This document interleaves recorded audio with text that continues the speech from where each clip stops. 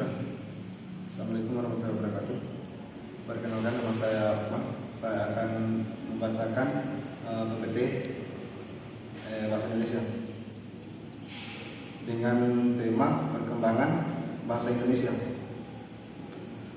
Bahasa Indonesia dinyatakan kedudukannya sebagai bahasa negara pada tanggal 18 Agustus 1945 karena pada saat itu Undang-Undang Dasar 1945 disahkan sebagai Undang-Undang Dasar Negara Republik Indonesia. Dalam Undang-Undang Dasar 1945 disebutkan bahwa bahasa negara ialah bahasa Indonesia. Adalah bahasa Indonesia bab 6 pasal 36. Keputusan Kongres Bahasa Indonesia 2 tahun 1945 di Medan antara lain menyatakan bahwa bahasa Indonesia berasal dari bahasa Melayu.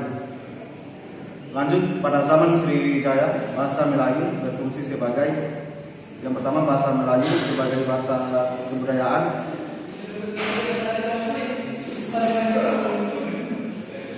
Skip. Bahasa Melayu sebagai bahasa perdagangan, terutama di sepanjang pantai, baik bagi suku yang ada di Indonesia maupun bagi pedagang-pedagang yang datang dari luar Indonesia.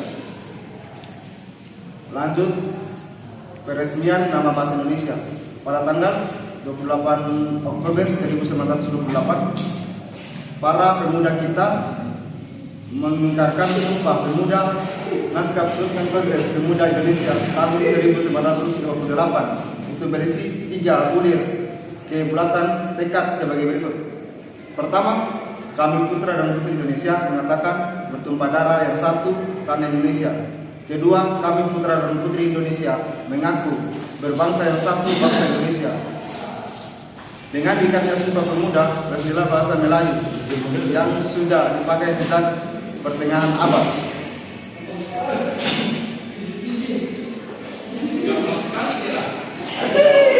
Kedudukan dan fungsi bahasa Indonesia. Kedudukan dan fungsi bahasa Indonesia. Kedudukan bahasa Indonesia. Bahasa Indonesia berkedudukan sebagai bahasa nasional sesuai dengan Sumpah Pemuda 1928 dan bahasa Indonesia berkedudukan sebagai bahasa negara sesuai dengan Undang-Undang Dasar 1945. Fungsi bahasa Indonesia dalam kedudukan sebagai bahasa nasional, bahasa Indonesia berfungsi sebagai satu lambang kebanggaan kebangsaan, lambang identitas nasional. Lanjut, pengertian ragam bahasa. Ragam bahasa adalah bentuk bahasa yang bervariasi menurut konteks pemakaian. Ragam bahasa tidak berfungsi sebagai atribut tetap seorang pembicara, bahwasannya yang kompeten biasanya menguasai bagian-bagian jenis ragam bahasa dan mampu menyesuaikan ragam yang didapatkan dengan situasi dan tujuan berbahasa.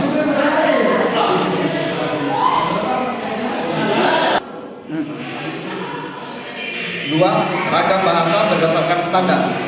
Ragam bahasa Indonesia yang tidak dikategorikan berdasarkan medianya saja, tetapi terdapat pengumuman ragam bahasa atas standar atau kebakuan bahasa.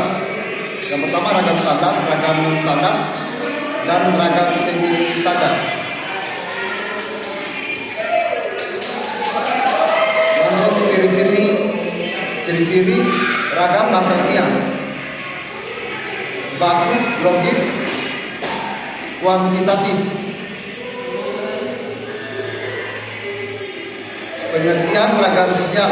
Ragam sosial yaitu ragam bahasa yang sebagian norma yang kaidahnya didasarkan atas kesepakatan bersama dalam lingkungan sosial yang lebih kecil dalam masyarakat.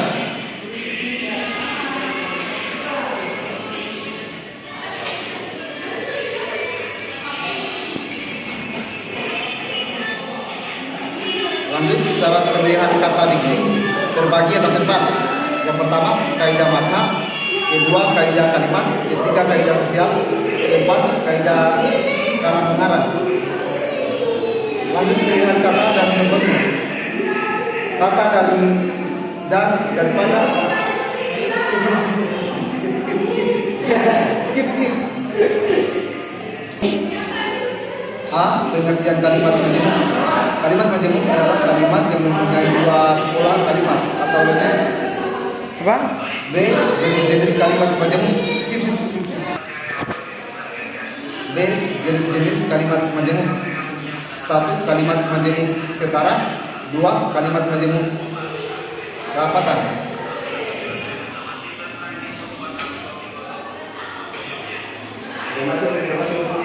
C. Pola pembentuk kalimat majemuk. Kalimat majemuk setara. A. Kalimat majemuk setara menggabungkan atau merangkai dua kalimat tunggal atau lebih. B. Kalimat majemuk setara memilih dua bentuk dengan cara menggabungkan atau merangkaikan kata tugas yang menyatakan pilihan, misalnya kata titik-titik. Kalimat majemuk setara petunjuk dibentuk dengan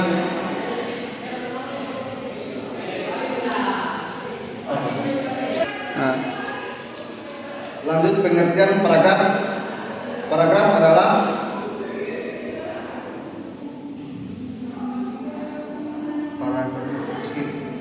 Lanjut pengertian paragraf. Paragraf adalah seperangkat kalimat yang membicarakan suatu gagasan atau topik. Gagasan utama sebelum paragraf dapat dicari dengan cara membaca kalimat satu persatu.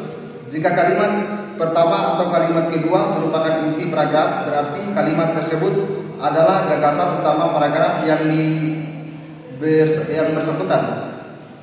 Yang ketiga, jika kalimat pertama bukan inti paragraf, cermati kalimat terakhir paragraf tersebut. Jika bukan pertama dan terakhir inti paragraf, berarti gagasan utama paragraf tersebut tersisa pada setiap kalimatnya. Lanjut jika bukan pertama, jika kalimat intinya diawali dan diakhiri paragraf, berarti kalimat utamanya paragraf tersebut berada di awal dan di akhir paragraf. Lanjut syarat paragraf. Yang pertama, kesatuan makna. Kedua, kesatuan bentuk. Ketiga, hanya memiliki satu pikiran utama. Lanjut jenis paragraf. Paragraf berdasarkan sifat dan tujuannya. Paragraf pembuka, paragraf pengembang, paragraf penutup. Utama, paragraf deduktif, paragraf induktif,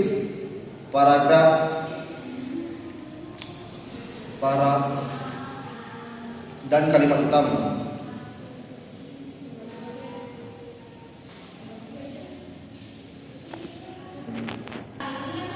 Ya, lanjut metode paragraf. Metode klimaks, arti klimaks, metode pandangan, metode perbandingan dan pertentangan, metode analogi, metode contoh, metode proses, metode sebab akibat, metode umum dan khusus, metode klasifikasi, metode divisi luas. Ya, mungkin itu saja penjelasan dari saya. Bila ada salah kata, mohon dimaafkan. Saya akhiri dengan sebutan wabillahi taufiq wal hidayah. Wassalamualaikum warahmatullahi wabarakatuh.